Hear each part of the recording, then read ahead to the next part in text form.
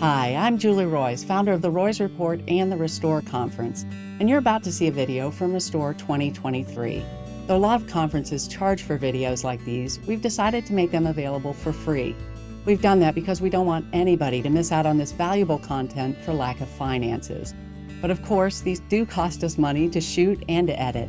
So if you're able, we'd really appreciate it if you consider donating to the Royce Report so we can continue this important service.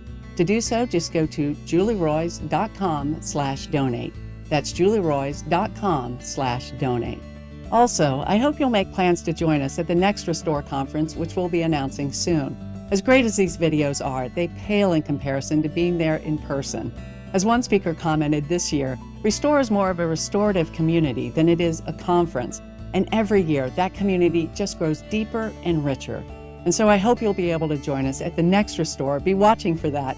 And in the meantime, I hope you're blessed and encouraged by this video.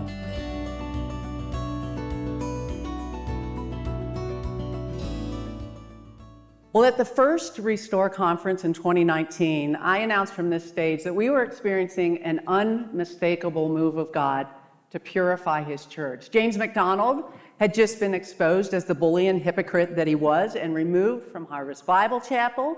Bill Hybels was exposed as a sexual predator, and people were finally believing the women. And revelations about Jerry Falwell Jr. were just beginning to come out. And then donors alleging fraud won a massive $37 million settlement from Gospel for Asia. Clearly, God was cleaning house, right? And over the next few years, the revelations just kept coming. Jerry Falwell Jr. resigned from Liberty University amid shocking allegations of sexual and financial misconduct. Ravi Zacharias was shown to be a serial sexual predator, and RZIM was shut down.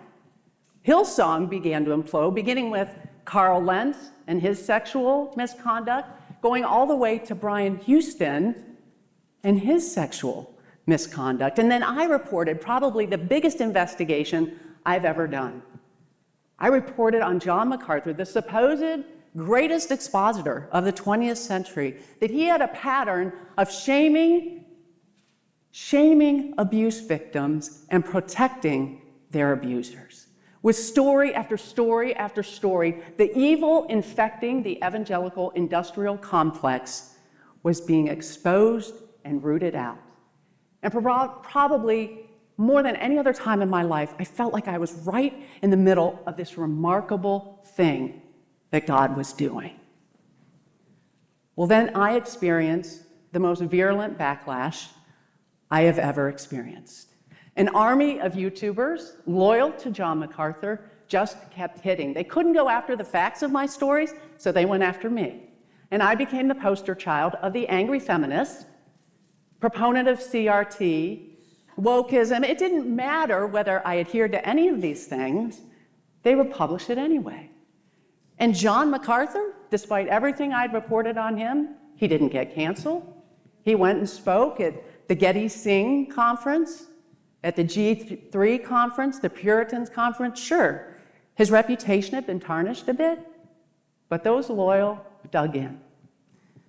Well, then some anonymous Twitter accounts loyal to John MacArthur found some objectionable content in a book that I wrote in 2017. And soon I wasn't just facing backlash from John MacArthur and those loyal to him, but from my own tribe and from the survivor community. And people were hurt and they were confused. And like I said yesterday, some of that criticism was valid and deserved, and I didn't get the power differential and a relationship with somebody that had been in a ministry that I had led, and that was my own responsibility. And I had assigned fault where it didn't belong, where I should have taken responsibility. But some of the criticism was cruel, and it was patently false, and it was shockingly personal. And if you've never been in the midst of a public controversy like that, it's kind of hard to explain, but it is a unique kind of awful. At least when you're a private person and people talk about you, they have the decency to do it behind your back. But when you're a public person, they do it in front of your family and your children and your friends and thousands of other people. And it was traumatic for me. I know it was even traumatic for some of you. And then perhaps smelling blood in the water, Protestia, a so-called discernment blog, lacking hardly any journalistic integrity, announced that they had a story that was going to expose me as a fraud. And on a Friday, they tweeted, "We're blocked, but someone tag @ReachJulieRoys and give her a heads up that our next article about her, revealing some of her shenanigans, is really, really gonna sting." And then they published this video. I said at the very beginning that we have some more information coming out about Julie Roys that I'm hoping to have out to you by Monday. But suffice it to say, it's going to blow up the facade of Julie Roys as an ethical investigative journalist. We have some information about some very unethical, I would say immoral, but certainly unethical things that Julie Roys has been caught saying and doing and promoting that we're going to be we're going to be releasing this information hopefully by Monday. So stay tuned to protestia.com for that information. I want to thank you all again for joining me tonight on this live stream. So that came out on a Friday, so I had the whole weekend. I'm on pins and needles the whole weekend. I'm like, what awful thing did I just do? I have no idea what I just did. So I'm waiting for this to come out, and on Monday, Protestia published this menacing tweet. Apparently, the story had been delayed a day, but would come out the next morning. Yet on Tuesday, instead of publishing their big expose on me, Protestia had to publish a retraction, saying they almost got conned by an abuse survivor. Of course, they got conned because they went forward with all of these allegations on Friday. Apparently, a woman had fabricated some emails that she said were from me, and in these emails, I allegedly said that she should go forward with 300 allegations against a well-known Christian figure, whether they were true or false. And sadly, Protestia didn't do the very basics. The number one thing that you do when someone's accused is you go to the accused and you ask for their side of the story. They didn't do that until Tuesday when they started to recognize some things might be going wrong. And they had accepted these fabricated emails as fact for about 3 days and went forward with those, again, libelous and slanderous allegations. The experience was unnerving, especially in the middle of what I was dealing with. But it wasn't the last hoax I faced either. Someone close to James McDonald came after me with wild allegations that I'd covered up a child sex abuse scandal at Harvest Bible Chapel when I was investigating it. Nothing could have been further from the truth. Yet, some survivor advocates picked up that story as well, and they began tweeting and retweeting it. And I had to track down a story that was 3 years old and find the emails and the texts and go back to the primary sources and publish my own story showing that these allegations were false. And whatever momentum that I had going into all of this was completely eradicated. I was just trying to keep my head above water. Emotionally, I was spinning. It was so tough. And then people started talking about whether or not I was going to quit. In fact, I got a call from a colleague of mine. And it was actually the only journalist who called me in the midst of this. And he said, "Julie, I am watching what's going on online." And he's like, "Are you all right?" And it was really sweet. And I don't even know what I said. I was probably blubbering something. But it was a sweet call. But at the end of the call, he's like, "I hope you don't take this the wrong way, but if you do resign, can I have the interview?" I was a little taken aback, but then I got a call from a former blogger who I got to know really well through an investigation. And he gave me permission to share what I'm going to share with you, but he just asked that I'd call him by his first name. His first name's Scott. And so he said something very similar. He said, "Julie, I'm watching what's happening to you on Twitter right now, and I just have to tell you as your friend, like, this is painful." He's like, "You don't owe me an explanation. I know you. I know your character. But don't take this the wrong way. but have you thought about quitting? And he's like, I love you and I care about you, and I've actually jotted down some reasons that I think you should consider. And would you be willing to just hear me out on this?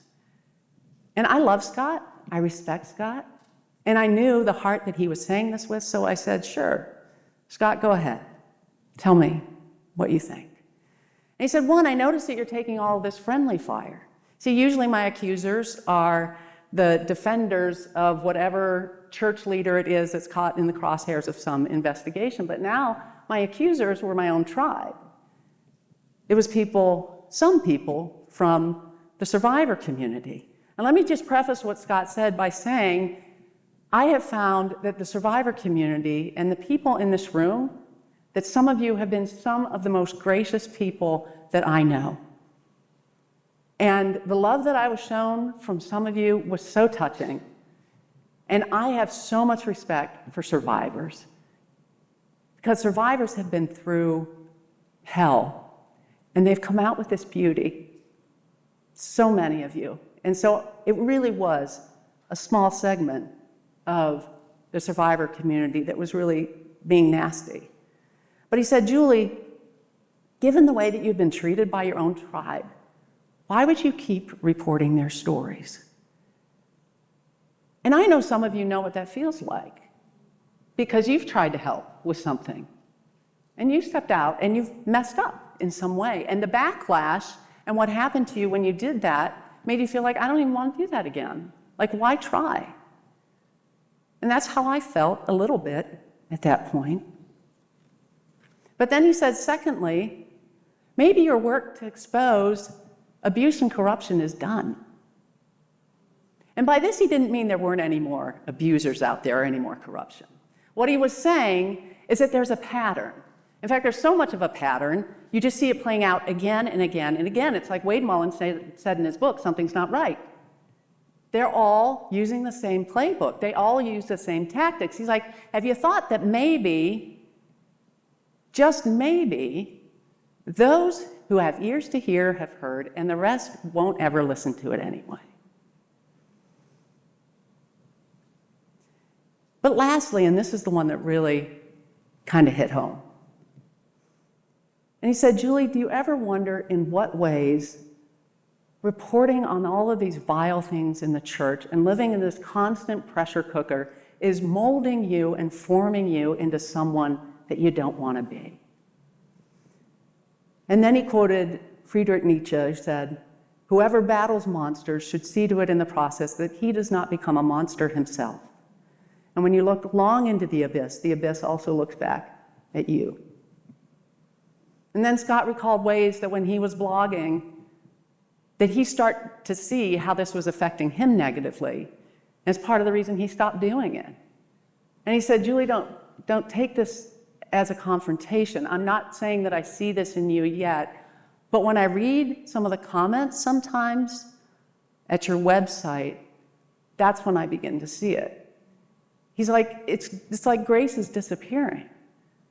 And friends, you know the verse and the passage in Corinthians. If I speak with the tongues of angels but have not love, I am nothing but a resounding gong and a clanging cymbal. Or in my situation, if I expose every predator pastor and defend every vulnerable victim but have not love, I am nothing.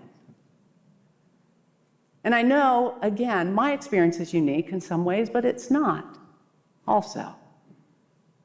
Some of you have been reporting, maybe not as a journalist, but in other ways have been trying to expose abuse and corruption in the church for far longer than I have. Some of you that have spoken at this conference have suffered far worse than I could even imagine for standing up for the truth. And you may not be journalists, although there's some in this room, but you're bloggers and podcasters and whistleblowers, lawyers, pastors, allies, advocates. And you may today profoundly feel betrayed by those that you expected to support you. A sense of futility about the work that you're doing. And there are moments when you feel like your work or advocacy is molding you into someone that you don't want to be. And you may be wondering, is it worth it? Should I just get out of the trenches? Should I stop doing this and maybe just go to Colorado and hike mountains every day?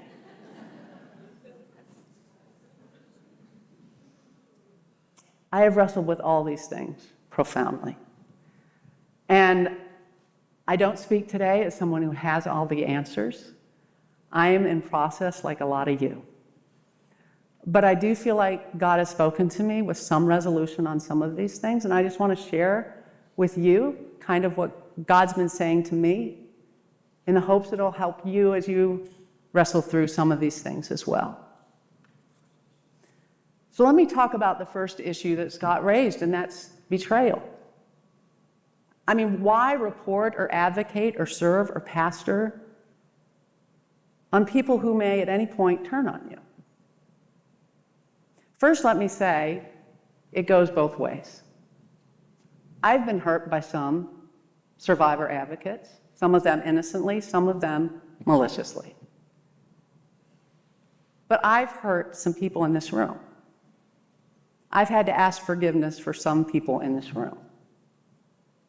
And they've had to show me grace. And so in some ways, there's really nothing unique about this. If you're working with people, we're going to disappoint each other, right?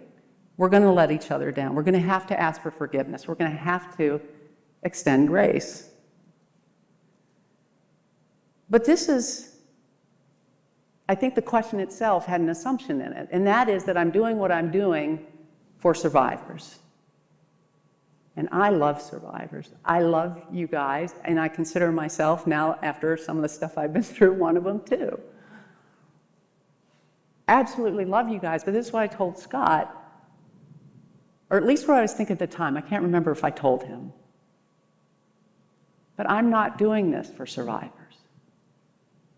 Maybe as a secondary reason, yes. But I don't think any of us can stay in the work that we're doing long term if we're primarily doing it for people.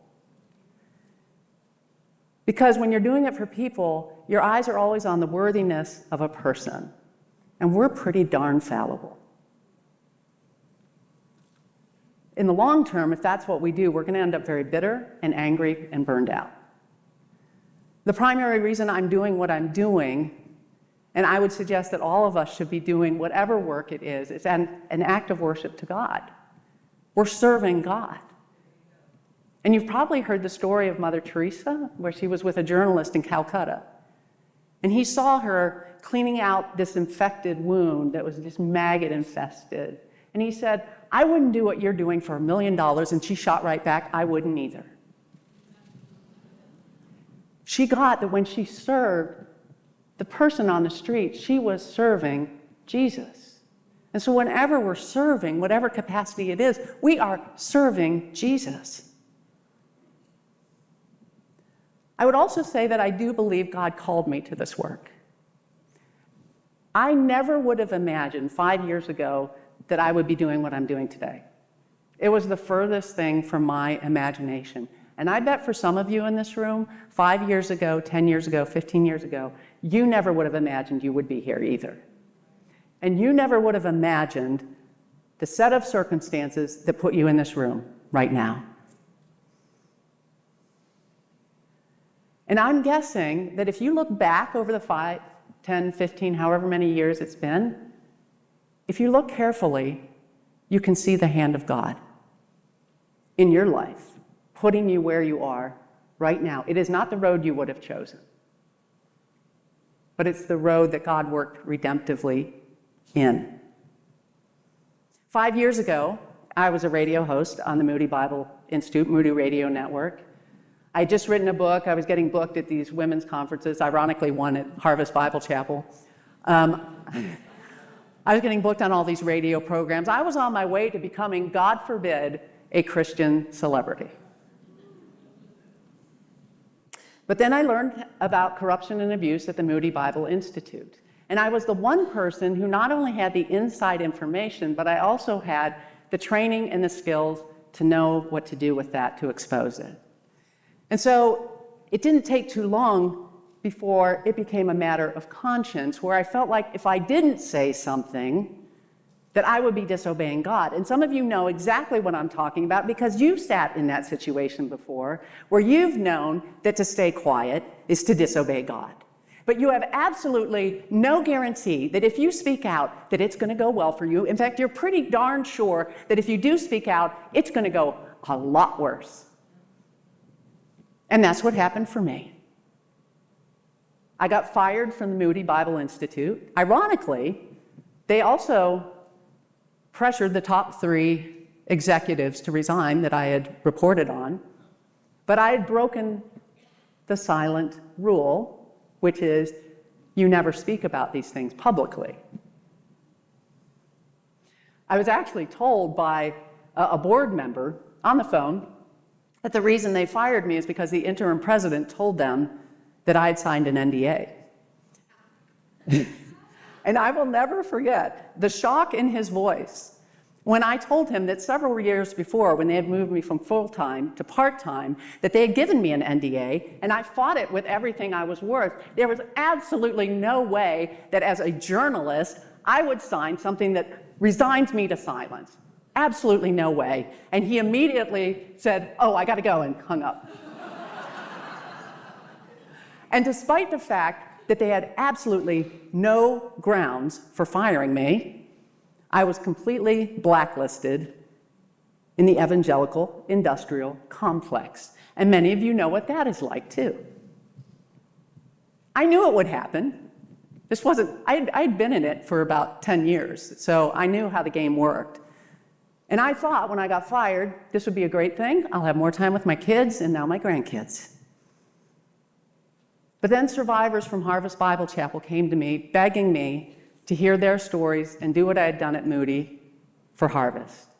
And then survivors from Mark Driscoll's church came and said, "Would you please listen to us and report on what's happening here?"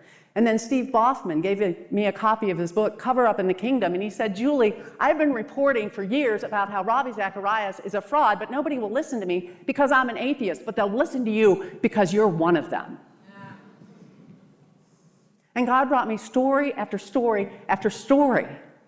And every single time, I didn't hear like the audible voice of God, but I felt very much that he was saying, keep reporting. And so that's what I've tried to do. And ironically, God took the one thing that I thought would end my career, blowing the whistle on the Moody Bible Institute, and he used it to launch the Roy's Report. And he used hurting people that I got to know in my reporting on Harvest and Willow Creek to start this conference. And I just see his hand working redemptively in all things.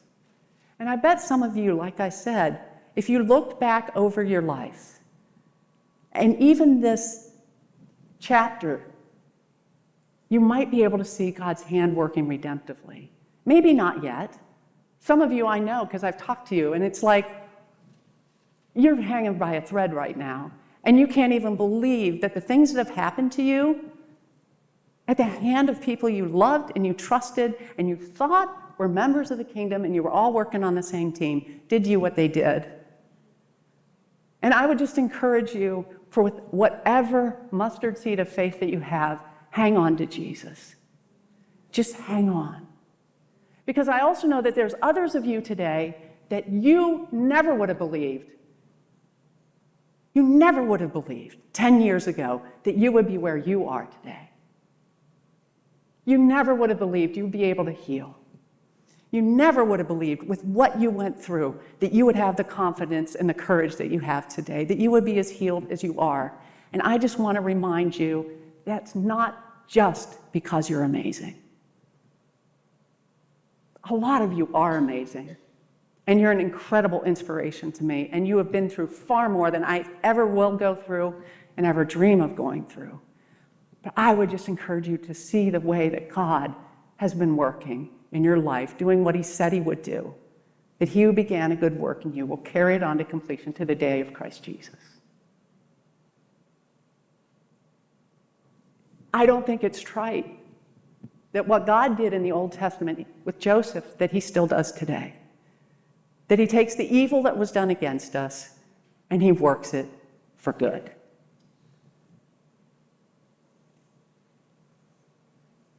And if he's calling you to a certain work, I would just encourage you to do it with all your might as unto the Lord. And I'm not going to quit because of the pushback. I think it comes with the territory. In fact, I had an editor once that said, Julie, if you're not getting any hate mail, then you're probably just not saying anything. But what about the second reason that Scott mentioned? The seeming futility of fighting this evil that seems to have worked itself through the entire dough of evangelicalism and within the church. And you seem to be fighting this giant that is so incredibly massive, and all the people with power are propping it up. And quite frankly, we don't have very much. In fact, in comparison, we're just gnats. We're like so small. You know, last night we heard from Jason and Lori Adams Brown. And if you know their story, you know that they blew the whistle on Andy Wood, who had been at Echo Church, because of the spiritual abuse that they received at his hands, despite the fact that they blew the whistle on him. And I had the privilege of reporting their story. Saddleback Church went ahead and hired him, and he is now the successor for Rick Warren at Saddleback Church. But it was so encouraging to hear from them how their courage and their speaking out caused other people who had been similarly abused by some of the same people to come to them and talk to them about the abuse. And for them to say how they got their voice back, because that's what abusers do. They take away your voice. And to reclaim your voice is a very important thing. It is empowering. And then they talked about how another story that came to me, because I published that first story, was stories about how Andy Wood and Echo Church had stolen these vulnerable congregations that owned these multi-million-dollar buildings and had tried to steal those buildings. And a major Baptist leader went on the record with me talking about his experience of Andy Wood trying to steal numerous churches. And that never would have come out had they not spoken. I also recently produced a podcast with Emily Highland, who's at this conference. And Emily was a victim of abuse by Dane Ortland, who's a pastor in this area. And Emily told me that after we published the podcast, now she's beginning to hear from other people who have similarly been abused by Dane Ortland, and now they're beginning to get their voice, and they're thinking of going on the record. And just a little bit ago, I published a story about Church Home. This is this West Coast church, pastored by a celebrity pastor, Judah Smith. And the first piece that I did on Church Home was about this woman who had been raped by one of their pastors. And they even did an independent investigation and found out that there's credible evidence, in fact, beyond a reasonable doubt, that her allegation was true. So they pressured him, and he resigned from the church, and 3 years later, they hired him back over her objections. And literally the same day, I started getting emails and texts and different things from women who had similarly been abused at that church and wanted to go forward with their story. And I was able to do a 3-part series on what Church Home had done. And right now, I can't tell you what the story is because I haven't published it yet, but I have a big one. And it's due to another person at Church Home seeing what we just reported, and now that person came forward and gave me a bunch of information. And that's how it happens every single time, with story after story after story. It's like this little fire starts here, and then it spreads here, and then here, and here, and soon the whole hillside is ablaze. And friends, that's how movements happen. That's how they grow. But it takes time, and it takes perseverance. At the first Restore, I said that this unmistakable move of God, that it was not a sprint, it's a marathon. Now, at that point, I thought we were on like mile 9 or 10.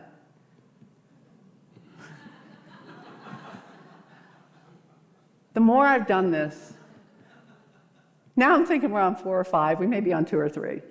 And I hate to break that news to you, but I really do. People have compared this current state of the church to the Catholic Church before the Reformation, I actually think that's a fair comparison. It is that corrupt. It is that widespread. Do you know how long the Reformation took?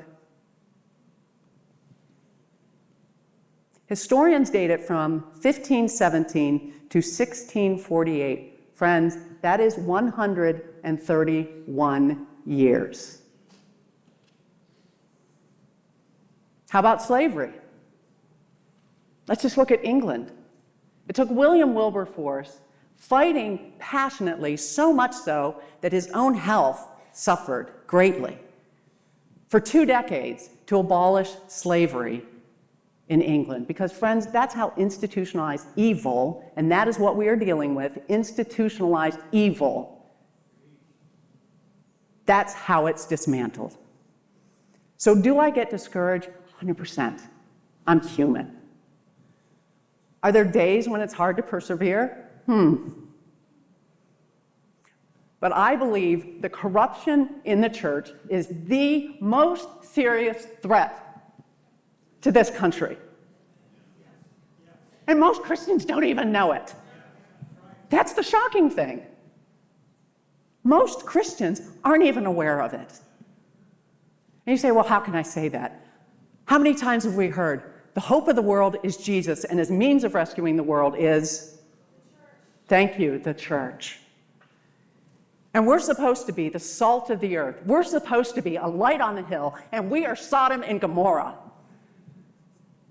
And yet, what are all the Christian leaders doing right now? What are they talking about? They're talking about all the sin out there, right? They're talking about everything that's bad out there in the world.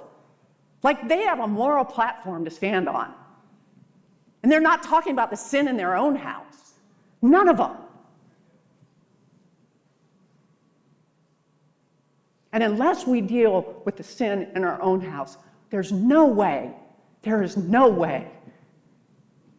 that we're going to reform this country. And it certainly isn't by electing some politician.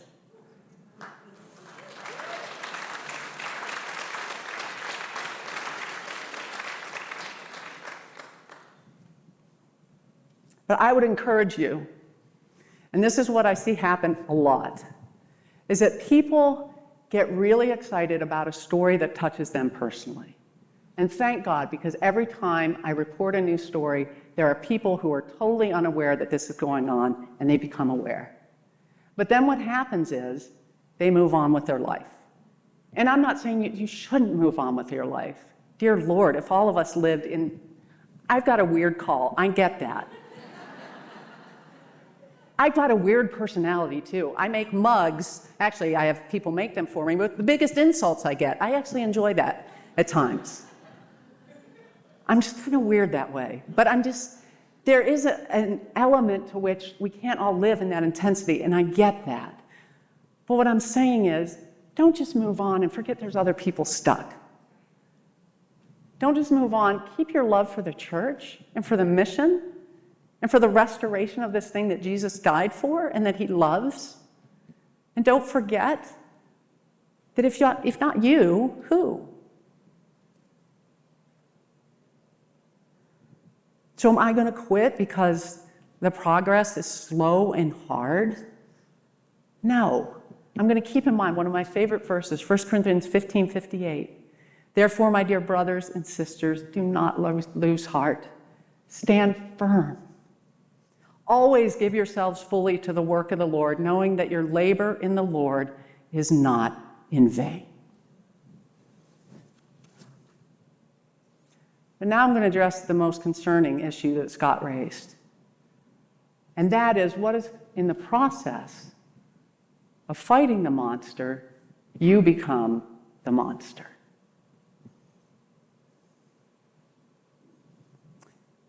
Last year, Christian therapist and trauma expert Dr. Diane Langberg said from this stage that the way that you recognize a wolf is you don't become one. And some people took offense at that because they said, listen, we're not all going to become pedophiles. We're not all rapists. We're not like on that level. And they're right. It takes a certain level of pathology to do something like that. And most people, quite frankly, aren't there, thank God. That said, that's not what Diane was saying. What Diane was saying is that every single one of us has a sin nature, and if we don't keep that in check, we can succumb to a lot of the same things as the people I report on. I would be lying if I said that I didn't have some of the vices of the people I report on, because I do. I struggle with anger, bitterness, contempt, self-pity, that's a big one, pride. And the more I uncover and the more that I see innocent people abused by these people, the more difficult it becomes to deal with some of those vices. It can become a death spiral, and the spiritual death that we see in other people can become our spiritual death. Dr. Langberg writes about this in her devotional book called In Our Lives First. And this is a book that I've read twice devotionally over the past 18 months. I'll probably read it again over the next year, because this is something that I constantly need to be reminded of. And she writes, those of us who work with such deaths must be extremely careful not to catch the diseases that surround us. We must be careful not to assume that catching such diseases is hard to do. Working with sin, suffering, and evil can easily numb the heart. Numbness leads to death if left alone. She also writes of counselors, though this is true of investigative reporters, it's true of pastors, it's true of survivor advocates, many others. We are handling toxic things, and we have toxins in our own hearts. And it is not hard to either be destroyed by the work or to destroy those who come to us for help. So what do? Do we quit working in the trenches? Lorianne suggested that some people should quit. I'm not going to argue with Lorianne.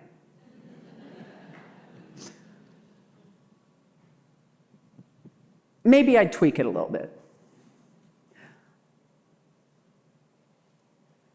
Let me just speak to those of you who, like me, grew up in a home where personal responsibility and duty was a big thing. Any of you in? Okay.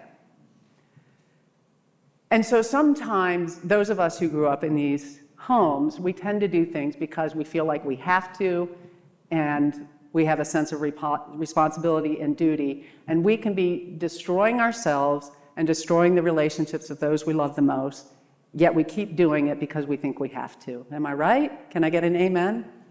All right. I don't think God is honored when we destroy ourselves. And I tell you what, he's certainly not honored when eventually that turns into harm for others, because eventually that's what happens. So if that's you and that's happening, maybe you don't need to have a frontline role. Maybe you can just step back for a season. Maybe you can support some people that are out there. Maybe you can adjust your role, or maybe you do take a little bit of a break, or maybe you do go to Colorado for 3 weeks and hike mountains. But is there a way? Is there a way to remain in work that exposes us to the vilest things that happen in this world, yet instead of destroying us, it actually aids in our own sanctification? Sanctification, just a theological word for the process of becoming like Jesus. I grew up in the holiness movement. You may not know what that means. That's okay. But in the holiness movement, we talked a lot about sanctification. And we talked a lot about a second work of the Holy Spirit, kind of like charismatics talk about a baptism of the Holy Spirit. Except the manifestation within the holiness movement isn't tongues. The manifestation is power over sin in your life. And we weren't against tongues. Speak in tongues, absolutely. Just like Paul said, I wish you all were like me. Just, if it doesn't lead to your sanctification, what good is it? That's the point, is that we become like Jesus, right? Diane Langberg writes a lot about sanctification. She doesn't urge counselors to quit their work. Instead, she implores them to pursue Jesus. She writes, "We have not heard God clearly if we fail to understand that one of the requirements for our work is that God's sanctifying work must go on continually in us as well. If it does not, while we may appear for a time to be doing his work, eventually what is true will be made manifest. That we have not, for the sake of others, bent to the sanctification process ourselves. We will damage his world, his people, and his name. May it never be so." One of the great tragedies of the epidemic of abuse and corruption in the evangelical church is that it is pushing people away from Jesus. And many, because of the hurt that they've experienced, are beginning to deconstruct their faith. And I'm not dissing deconstruction.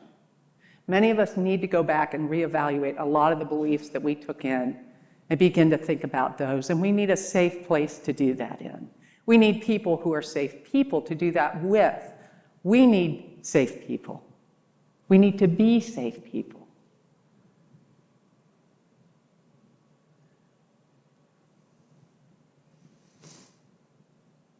And I'd be lying if I didn't say that what I have been exposed to hasn't caused me to doubt my faith.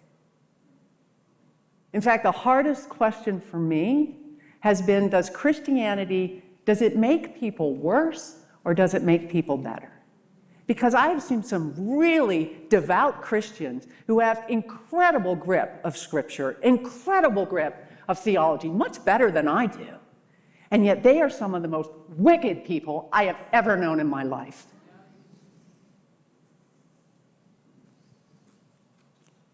And I tell you what I've become convinced of. I've concluded that Christianity, divorced from a vibrant relationship with Jesus Christ and reduced to a theological system, a moralistic system, or God forbid, a political one, is absolutely heinous. And it does make people into monsters.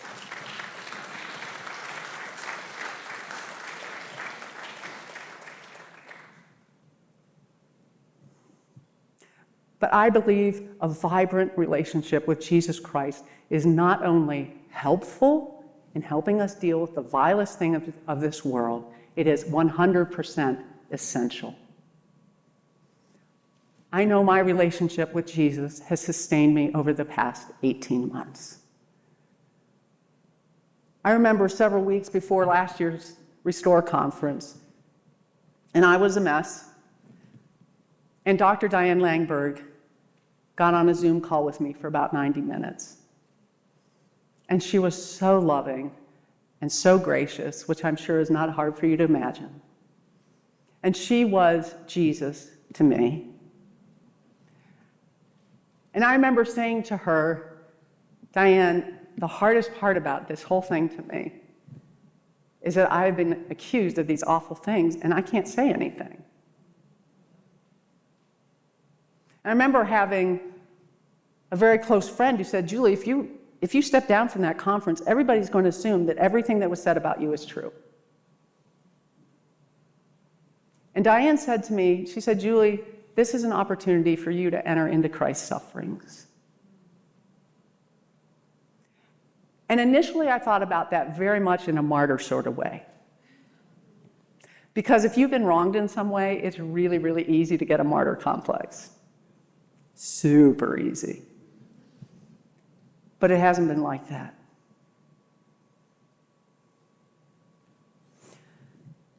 So I had a very profound experience with a spiritual coach, mentor, about, 7 or 8 months ago, where we were just doing some breathing exercises because I was kind of worked up. It's hard to imagine, I know. And while we're in the process of this, she said, just experience the Lord's compassion. And that morning I had read about Jesus in the Garden of Gethsemane. And I began imagining being in the Garden of Gethsemane with Jesus. I have a pretty vivid imagination. So I'm there and I'm looking at his face and I see just incredible pain on his face. And it strikes me he's just been betrayed by one of his 12 closest companions. And one of his 3 closest friends is going to deny him 3 times. And I had felt betrayed by people who were frankly kind of strangers. I don't really even know any, most of them. And then Jesus is literally sweating beads of blood. I had gone through some emotional trauma. I've never done that. And then Jesus is thinking about, this is the night before he's going on the cross. I began thinking of this. He's going to be tortured to death the next day. I have never in my life been tortured for my faith. I read Miriam's book, and I was devastated. What that woman has gone through, and she has overcome, I am in awe of her. But Jesus suffered. The immensity of his suffering began to hit me, and I, in that moment, finally didn't feel sorry for myself. And somehow in that whole process, I felt more unified with Jesus than I'd ever felt before. And there was this oneness. And somehow, now what I had gone through had meaning, and that made all the difference in the world. I've also been thinking about the fact that Jesus died for his enemies. I have enemies now. I don't think I had enemies before I started reporting. Like, I had people who didn't like me. But enemies, I mean, somebody really bent on your destruction, like that actually schemes about it. I have those now. Some of you have those now. I'm having a tough enough time forgiving them. Dying for them? Man. And here's where it gets tough, because Jesus says we're supposed to have the same attitude that he had. I was challenged by a friend several years ago to just read through the Old Testament and read about every single time that a prophet brings a word of judgment to people. It took me several months, but I went ahead and did it, and something dawned on me. Every time that God gave a prophet a harsh word to say to his people, it was never because he wanted to destroy them. It was always because he desired them to repent so that he could give them mercy. We see this in the story of Jonah, right? You all know the story. Jonah's told to go to the Ninevites. Nineveh is the capital of the Assyrians.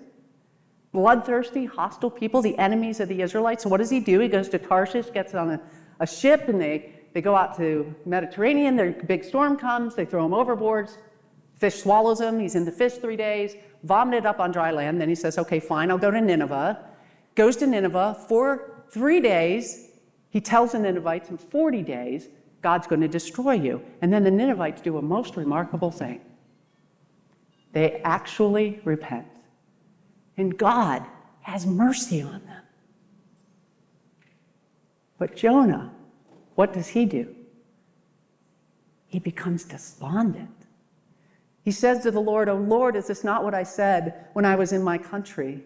That is why I made haste to flee to Tarshish, for I knew that you are a gracious God and merciful, slow to anger and abounding in steadfast love and relenting from disaster. Therefore, O Lord, please take my life from me, for it is better for me to die than to live." Jonah had become every bit as hard-hearted as the people that he hated. And if that can happen to a prophet of God, it can happen to me. It can happen to any one of us. So this is kind of a heart check for us. It was a heart check for me. I began to think about this. Like, what if John MacArthur repented? It's hard to imagine. The man's never apologized that I know of. That's what I'm told from everybody near him. But let's imagine he did. What if John MacArthur went to Eileen Gray and he said, "Eileen, I am so sorry. When your husband tried to suffocate your daughter and the abuse was so brutal in your home that you came to the church, you came to us for help. And instead of helping you, we told you to drop that protective order that you had gotten against him to protect not you, but your children. And in front of the entire church, I, the shepherd, shamed and excommunicated you simply for trying to protect your children. And years later, when it came out that he had sexually abused your children and was convicted by a court, and you know how hard it is to be convicted in California of child abuse, and they sent him to prison, I still maligned you and I protected your abuser. Oh, Eileen, I am so sorry. I have sinned against you. I have sinned against my church. Will you forgive me? Or what if you went to Wendy Guay and said, Wendy, when you came to me, or when your father came to me when you were just a teenager and he confessed to my face that he had sexually molested you, and I kept him on staff another 3 years, and I wrote you that handwritten note telling you to forgive your father. That was wrong. That was a sin against you. And years later, decades later, when that action of mine had devastated your life, and you simply came to me because you wanted support, going to the elders of the church where your father was still pastoring, and at this point you knew that he was a serial abuser. He was abusing many people because that's what pedophiles do. Instead of coming with you, instead of supporting you, instead of repenting for what I did, I said in an email to you, why has this become such an obsession for you? That devastated you. That was my fault. I am so sorry. Will you forgive me for that? Do I want John MacArthur to receive grace? Do I want him to repent, or would I rather him see his maker and try and make that excuse to him? Honestly, it's a little bit of a struggle. But I thought about that. Imagine if John MacArthur repented. I mean, really repented. Can you imagine the ripple effect that would have? How many pastors that would affect in this church? Can you imagine what that would do? Unbelievable what would happen if John MacArthur repented. Would I rejoice at that? You bet I'd rejoice at that. That could be the start of revival in this church. That's what we need to see, is pastors repenting. But I tell you what, that is not natural for me. I tell you what's natural for me. When somebody hurts me, I want them to hurt in the same way that they hurt me. Can I get an amen?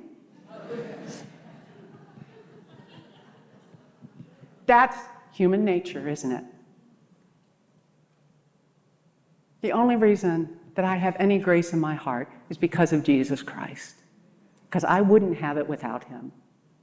And without him, I would become a monster. I am convinced of it. And that's why, one of many reasons why I need Jesus. But now I'm going to say something a little bit controversial. I've also found that I need Christian community. And I know some of you have been so burned by your Christian community, and I don't blame you for not wanting to darken the doors of a church. 3.5 years ago, we lost a church, or we left a church that I thought we would be in the rest of our lives. I thought it was different. I loved that church dearly. I loved the people in it. But the last straw for us was when they covered up sex abuse. And at that point, we just couldn't trust leadership anymore. And for 2 years, we went from church to church to church to church, and it was unbelievably depressing. And I won't go into all the reasons it was depressing. I think you all know. But 2 weeks before everything blew up in my life, when this whole controversy hit last year, 2 weeks before that, a professional colleague invited me to his house church. And here's what's kind of ironic. That professional colleague happened to be the CEO of Christianity Today. Now, if you know anything about my past, which you may not, I have not had a great relationship with Christianity Today. That CEO, though, has since publicly apologized for some of the stuff that CT did to me under his predecessor. But 2 weeks before this happened, I was like, great, yeah, I'll try anything at this point. So my husband and I went to the church, the house church. It was great. We loved it. I was like, this is really super. Between week 1 and week 2, everything in my world blew up, and I had to resign from the conference. And I remember walking into that house church with people I knew 2 weeks. And I wasn't really planning on sharing this, but somebody noticed something I had said, and then when we were in small groups, they said something, and I'm bawling in front of people I don't even know, hardly. But over the past 18 months, that's become my Christian community. And I was invited into a women's cohort, and that became a support for me. And the leader of the women's cohort said, Julie, do you have a prayer team? And I said, well, I used to have a prayer team, but it's kind of fizzled, and I don't honestly even have the strength to put one together. And she says, I'll do it for you. And so once a month, we have this really sweet prayer time with this small group of people, and they've been some of the best times for me. And I honestly shudder to think of where I would be right now if for the past 18 months I had done that in isolation. And so I'm so grateful for Christians in my life who have been the hands and the feet of Jesus to me and who have loved me. And I don't know, I can't speak to your situation. I know some of you feel like you're in a wasteland, and I know you feel like all the churches in your area are bad, and I'm not even going to argue with you. I would just encourage you to not give up. To not give up. And to keep hoping, keep pressing into Jesus, keep looking for Christian community. And I don't know how God will meet that in your life, but I just trust He will, because that's just God's nature. And I don't know how long the wasteland will be, but it won't last forever. So we're going to close this conference the way we've closed every single Restore conference, and that's with communion. And Paul Lundquist, who is a local pastor who has been a dear friend of this ministry and so supportive of what we're doing, is going to come and lead us in communion, where we celebrate not just our oneness with Christ, but our oneness together as His body. So Paul, would you come?